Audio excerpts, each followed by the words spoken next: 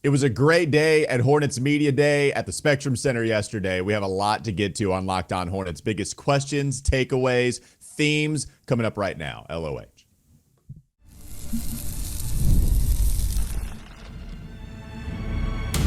You are Locked On Hornets, your daily Charlotte Hornets podcast. Part of the Locked On Podcast Network, your team every day. In a minute, cuz we live.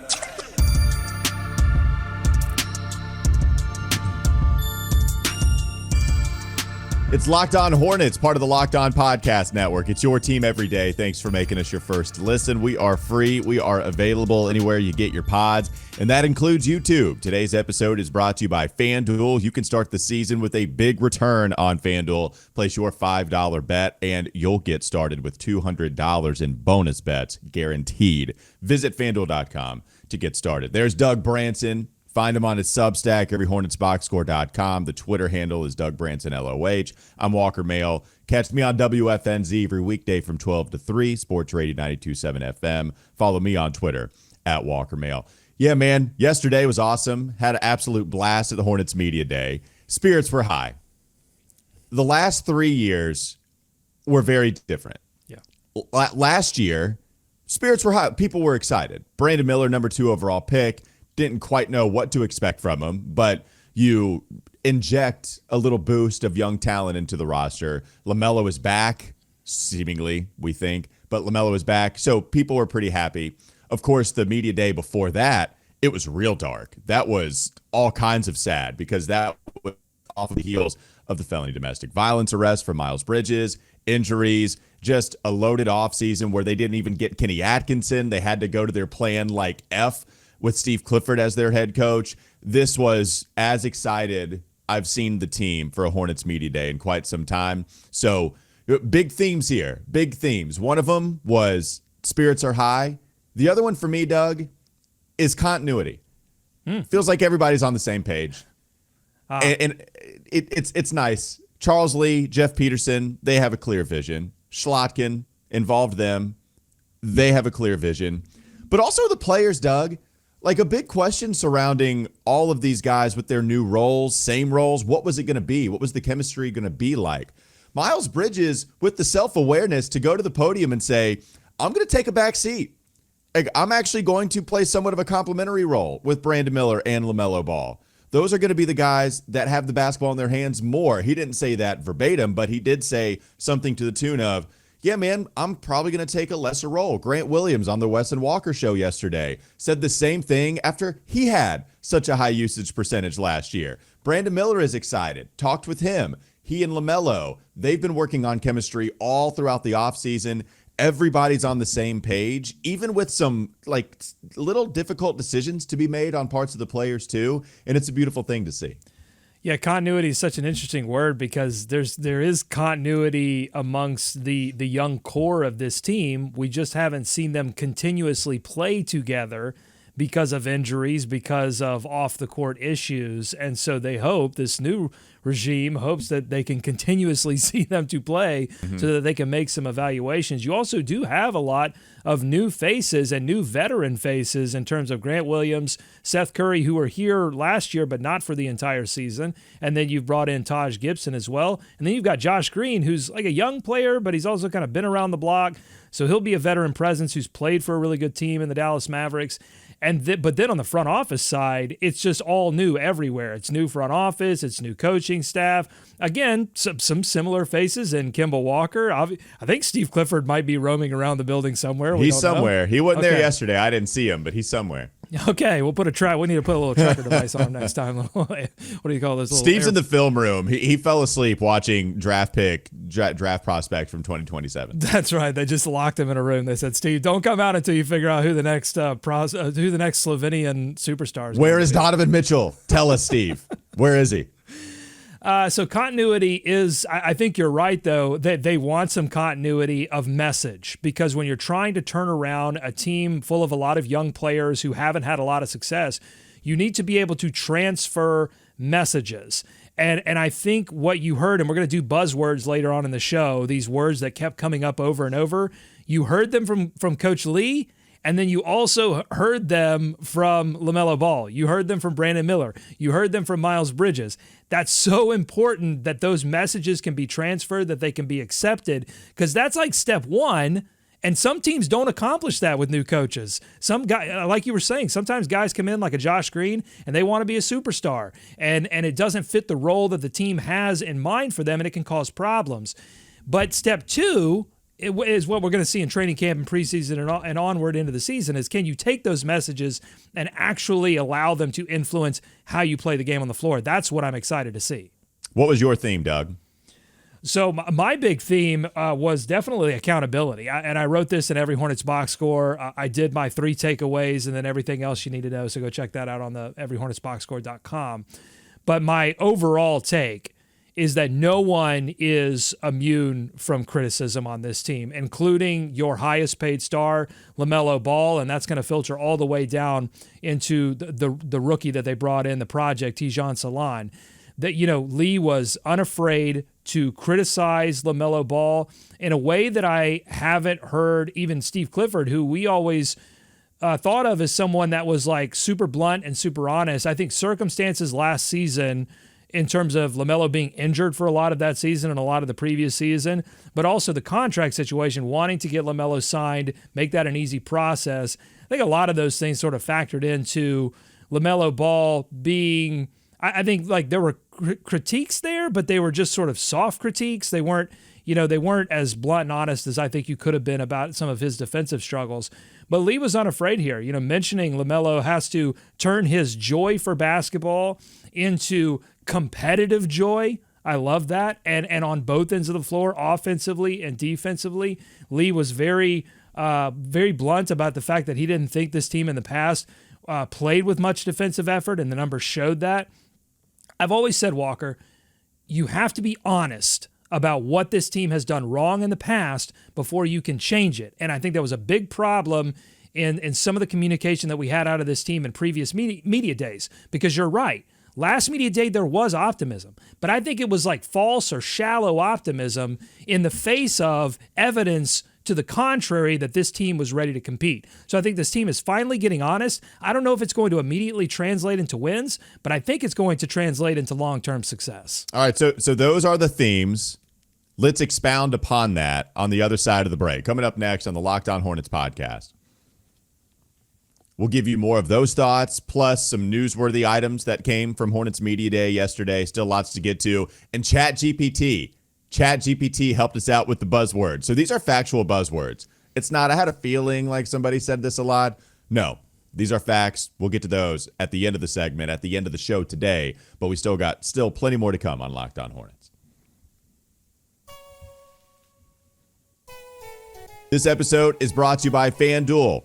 Hey, NFL fans, you can start the season with a big return on FanDuel, America's #1 sportsbook. So when you get a hunch in the middle of the game, you can check out the latest scores, the latest stats, view the live play-by-play, so much more on the same page where you place your bets. You'll get started with $200 in bonus bets guaranteed when you place your first $5 bet. If you were in the action on Monday Night Football last night, that was a fun game. Lots of big plays. You got Kenneth Walker, like I did, and then he goes for a couple tuds in the second half. You get excited, and you don't need to leave the page. It's all right there in front of your face. Free money, baby. Make it rain. FanDuel.com. That's FanDuel.com, America's #1 sportsbook. Plenty more to come, Locked On Hornets. Doug, I'm glad you brought up accountability as a theme from yesterday. And I know I've been talking about the Panthers a lot here lately, but there's been too many parallels. And now it's okay to talk about. I got the blessing from some of our listeners that we can talk about the Panthers again. So, well, hopefully one of the parallels isn't that the Panthers are also getting so many devastating injuries. Hopefully the Hornets have. Hopefully that's a little bit like a common cold, and they've just sneezed on the Panthers, and the Panthers have caught it, and now the Hornets are going to be okay. I mean, I don't wish the Panthers are injured, right, but I just hope that both teams aren't devastatingly injured. Don't go to Bank of America Stadium, Hornets. Just stay out of there. The injury bug, especially the defensive side, like it's bad defensively. Offensively, it's Adam Thielen. Defensively, it's bad. But there are a couple of similarities with the head coaches that are each a part of the Hornets and the Panthers, and those parallels have been made quite a bit already. Younger coaches with Dave Canales and Charles Lee, really positive, guys that are viewed as a light as soon as they walk into the room, extremely engaging, shake your hand strong, make you feel welcomed, just generally really good dudes. And Charles Lee, no different yesterday. I mean, he was the Weston Walker interview, like we had a blast with Charles Lee. The energy is there. What people, I think, had mistaken each of these personalities for, I think that just because they were so positive, I think the fan base and people thought, well, they won't hold these guys accountable and they're soft. And I think in both of the cases of each Dave Canales and Charles Lee, that's not true. Dave Canales has held those guys accountable. Dave was talking about Xavier Leggett after the game against the Bengals, somewhat of a coming out party, especially in the first half for your first round pick. And hey, what'd you think about Leggett? He was great. He did a lot of nice things. You left a couple balls on the ground. Can't do that. Can't drop footballs. You got to be special after you make the play.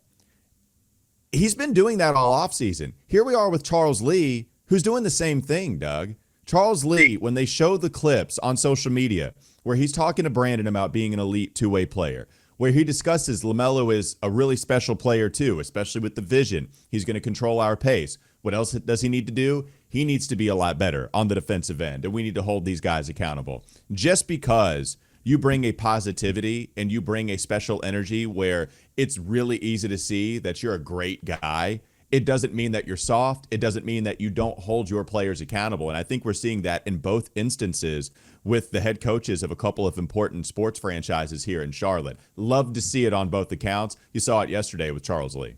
Well, because it has to start at the top.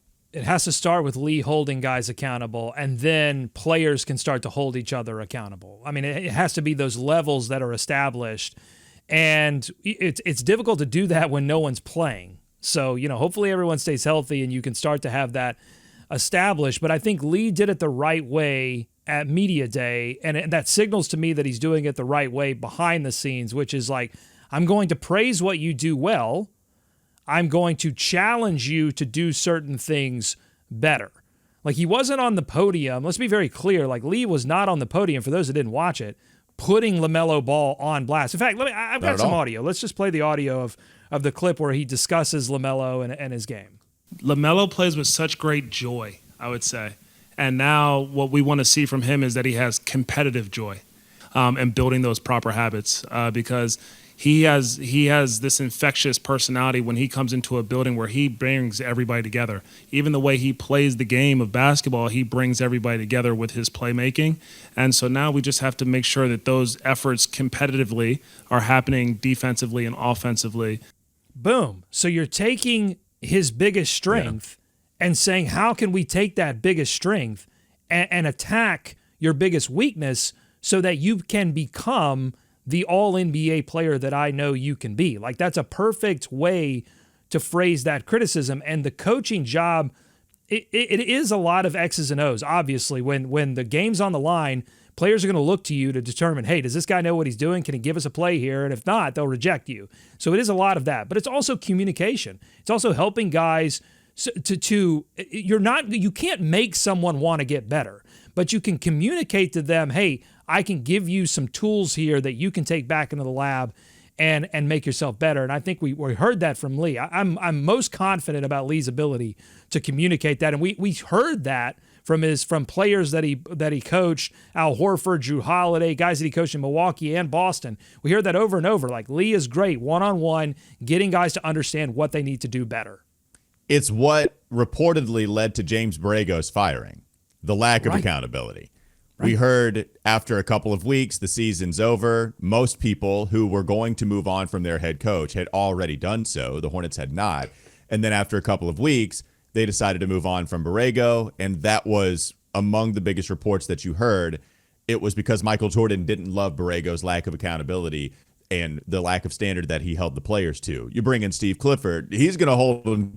It's just everybody gets hurt. They're so young. Things go awry. And all of a sudden, Clifford is cursing out Nick Richards because he's not setting the bleeping screen. Like, that's just how it went. And Steve Clifford retired because of it. It seems like you have a nice balance of crazy energy from this guy, a fresh mind that also has some old school ways about him. And I like that, especially when he speaks to the media and he packages it in a way, it's almost Trojan horsey, where you are given this present and you think it's this nice, positive present, and it's a nice one. But in there, when you start to unwrap the present, there's some criticism, and that's okay. And that's what leads to better results and better production. And honestly, when you come in with all of that accountability, Walker, there will eventually, like, it was all nice and positive and rosy because they haven't hit any adversity yet, other than the Mark Williams injury news, which we can talk about in the next segment as well. Got a little bit of an update on that, a positive update. But they haven't hit any adversity yet. That's when there could be some conflict caused. But this team has not accomplished anything. So I think you lay in that accountability, and then if people respond negatively to it, that's the evaluation. Now you know who's going to respond positively to that and who's going to respond negatively, and then you get rid of the negative guys and you go win some ball games in the next couple of years with the positive guys. To me, his accountability is going to be the litmus test, and I'll tell you what, to LaMelo's credit, and a lot of these players' credit, they're already showing that positive response, that commitment, that continuity that you talked about in the first segment. Because LaMelo's been in Charlotte all summer. Brandon Miller's been in Charlotte all summer. Yep. Miles Bridges has been in Charlotte for a vast majority of the summer. And Miles Bridges, when asked about LaMelo's focus on the defensive end and what he's seen from LaMelo, he said, quote, just him wanting to play defense. His coach has him doing defensive drills when everybody else is shooting around. It's just him wanting to get better. So what you hear in that quote there, Walker, is a combination of forces happening. Coach is saying, here's what we think you should do to get better. And then the player responding, okay, great, let's do it. That's what changed Kemba Walker's career. When Clifford went to him and said, Kemba, you've got to start shooting more threes. You've got to change how you play the offensive game. He said, all right, coach, I'm going to trust you. I'm going to follow you here. And it led to all-star appearances. It led to him becoming the best player in Charlotte Hornets franchise history. I think Lee has the same opportunity here with LaMelo Ball. Especially with LaMelo Ball, I think there's been a misconception about who LaMelo Ball is as a person and maybe who he is off of the court, also infiltrating how he is on the court, that he doesn't want to be coached, that he doesn't necessarily care about getting better.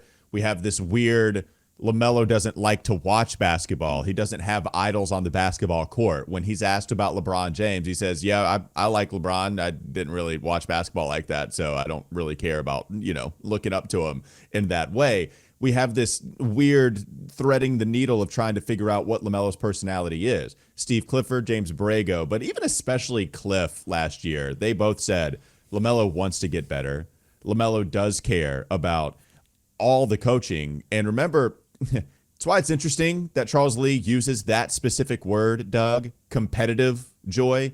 The competitive part is interesting to me because Steve Clifford told us all last year just how competitive LaMelo is. He went out of his way to tell you. Not like he was trying to overcompensate for something, but then it's like when you're saying something unprovoked, like, oh, nobody's even talking about the lack of competition here, Steve, but he knows the narrative around LaMelo, so he kept telling you that. That's why it is a little interesting to me that was a word that Charles Lee used when Clifford spent all last year telling us just how competitive LaMelo was. Well, listen, I think you can't doubt that LaMelo wants to be the best version of what LaMelo thinks LaMelo is, because one of the things that we constantly critique him for is what? The frustration fouls that he has when he tries to make a steal and doesn't make it or misses a layup, and then he'll immediately hit a frustration foul on the next inbounder off the rebound, and then he racks up 6 fouls and he's out of the game. And so, he's frustrated because he wants to be the best version of what he thinks LaMelo Ball is. I think what the challenge for Coach Lee is to come in and say, here's the all-NBA version of LaMelo Ball that competes on both ends of the floor, that can be elite offensively and competitive defensively, and that's going to help the team win and be the best version of the Charlotte Hornets that the Charlotte Hornets can be. I think to me that's a misconception. You can be a gym rat, you can be constantly focused on making yourself better, and not necessarily be doing all of the things that are required to make the team better. And it's not that LaMelo is not a team guy. That's not what I'm saying at all. I'm saying that, he hasn't been in a circumstance where he's been on a team competing for an NBA championship, or that was even led by someone that has been part of a recent Clifford was part of championship contending teams in the past, but recent NBA championship teams. Now he is a part of that. He's going to be held to higher standards. And guess what, folks? I think LaMelo is going to step up to the plate. Let's get some help from Chat GPT coming up next on the Locked On Hornets podcast. What were the buzzwords from yesterday? Yes, the factual buzzwords, not feelings, facts, folks. We'll get to that in just a moment on Locked On Hornets. One update before we get to the buzzwords. I'm sure everybody knows, but just to be clear, we talked with Mark Williams on Wesson Walker. He spoke at the podium yesterday about the latest injury the Hornets released Friday night at 9:03 that Mark Williams had suffered.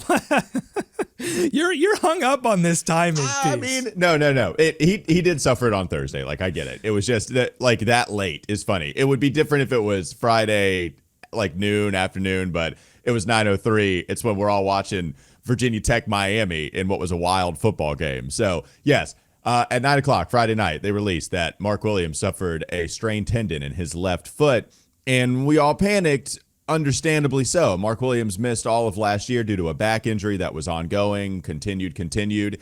And Mark told you yesterday that he was fine. This is a small bump in the road. That's a direct quote. His back pain is non-existent. He does not have it. He was 100%. He was doing 5-on-5s, contact. We'll get into more detail there tomorrow because I think there's a lot to get to with Mark, especially with the way that he's reacting to it. One thing I'll say just real quickly, I think we can believe everything Mark is saying, even if it's just for the simple fact that the Hornets made him available. If he would go up to the podium, but I don't think we're getting him if he's truly not healthy, like Wesson Walker. I don't think he's doing more media hits than he has to if he's not completely healthy. I just wanted to put that out there before we dive more into detail tomorrow about the Mark Williams situation. But some good stuff from him at both the podium and speaking with us on WFNZ. Buzzword time? Let's do some buzzwords. So I was interested because, you have all of these interviews on the podium, and then they do interviews with you. They do interviews with TV. And so guys are saying a lot of different things, but I wanted to know if there was some through lines. And so I got the help of some of our AI overlords that are being developed right now to search these transcripts and come up with some buzzwords, some things, some phrases, some concepts that were filtered throughout the player, coaches, and even Jeff Peterson. So I'm going to throw some things out at you, and I want to know, does this like make the hair on the back of your neck stand up like the James Borrego 4 pillars? That one got me. That was way worse. Okay, let's hear it. Okay, there were no pillars, but there was this phrase that I remember hearing. I didn't even need AI to bring this up, but I remember hearing, control what you can control. I heard that from multiple people. Do you recall that? I did not hear that because I actually wasn't in the media room yesterday. Usually Hornets Media Day will start earlier. So the fact that they got started at 11 a.m., that's later than usual. It's usually even 9:30. They used to get started in the morning. But with the show being at 12, we pre-recorded a lot of interviews. I was not there. So I did not hear that. I don't know if Charles Lee said that. Maybe he said that on our show. Anyways, yeah, generic, classic, cliche. I went a little cliche with my coaches, so that's perfectly fine. Honestly, after a couple of years, I was thinking about this last night too. After a couple of years of injuries and a lot of what you can't control going on, I'm good with a little cliche. Like, I'm good with Coach Lee coming in and say, because look, cliches win championships sometimes. Like, what do we hear from Bill Belichick? That guy won a few championships over and over. Cliches win those kind of things. And I think the challenge for any coaching staff, particularly ones that have to talk to young players, is getting them to buy into that, right? Getting them to understand. And there's no better vehicle than Charles Lee coming off a championship to say, hey, guys, this is what we were saying in Boston's locker room. Hey, you fellas that I brought into Boston's locker room. Remember that feeling? Yeah, that was built on control what you can control. That was built on one game at a time. That was built on forget the last play.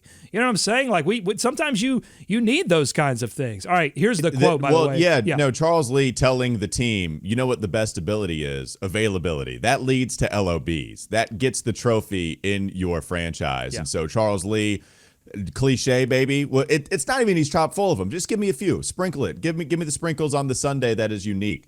I'm with it, baby. Let's Well, go with it. he said this twice in his post game. He said, you can't control a lot of those outcomes. What we have to be focused on is the process and controlling our actions on a daily basis. Daily habits, another buzzword. But here's the best part. And this is what I talked about earlier in the show. Does the message transfer? Do we hear it from anyone else? Guess who we heard it from? Brandon Miller, who said, quote, well, I think our biggest team goal here is just to come in every day and get better. I think that's all we can do now. Like Charles said, we can control what we can control, which is coming in every day. We can control how we work every day. Oh, my God. Okay, that's too much to overload. Oh, God. That's too much. That's too much. No, now we're getting a little too close to the Matt Rule effect where he constantly said we want to get 1% better every day. Oh, no, hold on. No, he said that. No, I was just about to say that. Brandon said, I think coming in every day with the mindset of getting 1% better, it's going to help us make that playoff run and have us achieve our goals. I take back everything I said. Please don't say it anymore. No, it's okay. It's all right. Still good vibes. Still good spirits. I just I hear Matt Rule chuckling, telling me 7 years Jay-Z references. I'm sorry. I just went to a dark place. You know why that frustrates you is because they didn't get any better. It's not going to frustrate you if all of this translates for the Hornets, if they go out and actually execute it on the floor. It has to start with cliches. The problem with the Panthers is it started and it was in the middle and then it ended with the cliches. And so, yes, if the performance gets a lot better. But I love that message is transferring, that you've got one of the future, if not present, leaders on this team and Brandon Miller echoing. I don't know how I feel about him calling him Charles. It wasn't the first time that I heard Brandon Miller in those slate of interviews call him Charles. It's an interesting. Wow. Okay. I mean, he's taking the criticism from when people say, "Hey, why is the media calling this guy coach?" He's taking that to heart. Like he's like, "Yeah, you're right. Why is anybody calling him coach?" Yeah, you're right. He took that too far. It's weird, but I'm okay. Maybe he sees himself as an equal, and if he does, that means a lot of confidence. Spin zone, baby. Brandon Miller's going after it this year. Okay, here's some other buzzwords. We've got consistency, effort, togetherness, competitiveness. These were words that we've heard not just at Media Day, but I mean, these are things that were being laid out by Jeff Peterson when he was hired. And then Charles Lee, we heard a lot of that during his introductory press conferences. And they are just words, but they were backed up, I think, by the types of players that the Hornets, they didn't bring in a ton of players in the offseason, but your Josh Greens, your Taj Gibsons, your Tijan Salons, I mean, they drafted the guy who is a project. It's going to take a couple of years to develop, but they drafted him because of what you saw at Summer League, because the guy goes 100 miles an hour and gives it his all, and that probably happens when everybody's not watching too. That's the kind of players they're looking for, and they are reiterating this stuff over and over. Yeah, we're going to air our Tijan Salon interview today, but we pre-recorded it before the show yesterday, and it was interesting to hear some of the comments he had for us on what he had heard from the coaching staff. Yeah, we'll save it. We got so much to get to throughout the week. We have so many different sound bites, so we can get to some salon sound, not only with him. Did he go to the podium yesterday? He did, but they didn't, at least by the time that I had stopped working last night, they did not post it on YouTube for some reason. They stopped at Josh Green. Now, it may be up there now, so you have to go check out Hornets YouTube. We got stuff. It's good. It's good. We got some stuff. He's so fun, and that was one of the bigger things from Hornets Real Access was they focus so much on Salon. Really cool guy, man. Like they love him over there, genuinely love him. I think the teammates like him too, and so he's a guy that is really easy to root for. I want Salon to work out, yes, because I'm a Hornets fan, but also because you instantly care about this guy's success with just how he walks about life. I'm pulling for Salon. All right, that'll do. You got anything else for us here real quick? Closing listen, thoughts? I've got a ton. I mean, Miles Bridges getting his bounce back, and he sort of took a step-by-step on what he's doing. Very interesting stuff there. A lot of people had a lot to say on Kemba Walker as a coach, including his relationship with LaMelo Ball. We didn't touch on that. So we've got a ton to get to this week, so make sure you're subscribed to the YouTube channel, that you're subscribed on audio, that you're reading every Hornets box score, that you're listening to Wes and Walker on WFNZ, because we are doing Hornets coverage like we've never done it before, Walker. We're not getting 1% better. We are getting 100% better every day at Hornets coverage because we're so excited about what we're hearing and seeing out of the Spectrum Center. Also at Locked On Hornets. At Locked On Hornets. Follow us on Twitter in case do you're that missing too. some of the links. Click on that and TikTok. we'll put out those shows. Yeah, TikTok as well. How's the talk going? I got to get back on the talk. Media Day swarmed me. Had some other stuff Yeah. going on this weekend. I'm gonna talk it up this week. Don't you worry. The little talkies. I'm ready. Doug Branson, everyhornetsboxscore.com. Check out his Substack. Text him there too. Can the people give you their thoughts on Hornets Media Day on Subtext yet?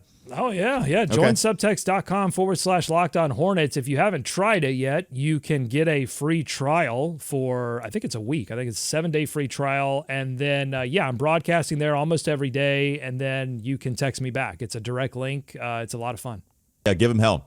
Give him hell. Lots of it. Walker Mail, at Walker Mail on Twitter. WFNZ, Wes and Walker, Sports Radio 92.7 FM. We got Tijan Salon. We also have Seth Curry interviews for you today. Again, that's from 12 to 3. Have a great rest of your day. We'll be back with you tomorrow with still plenty of Hornets Media Day content.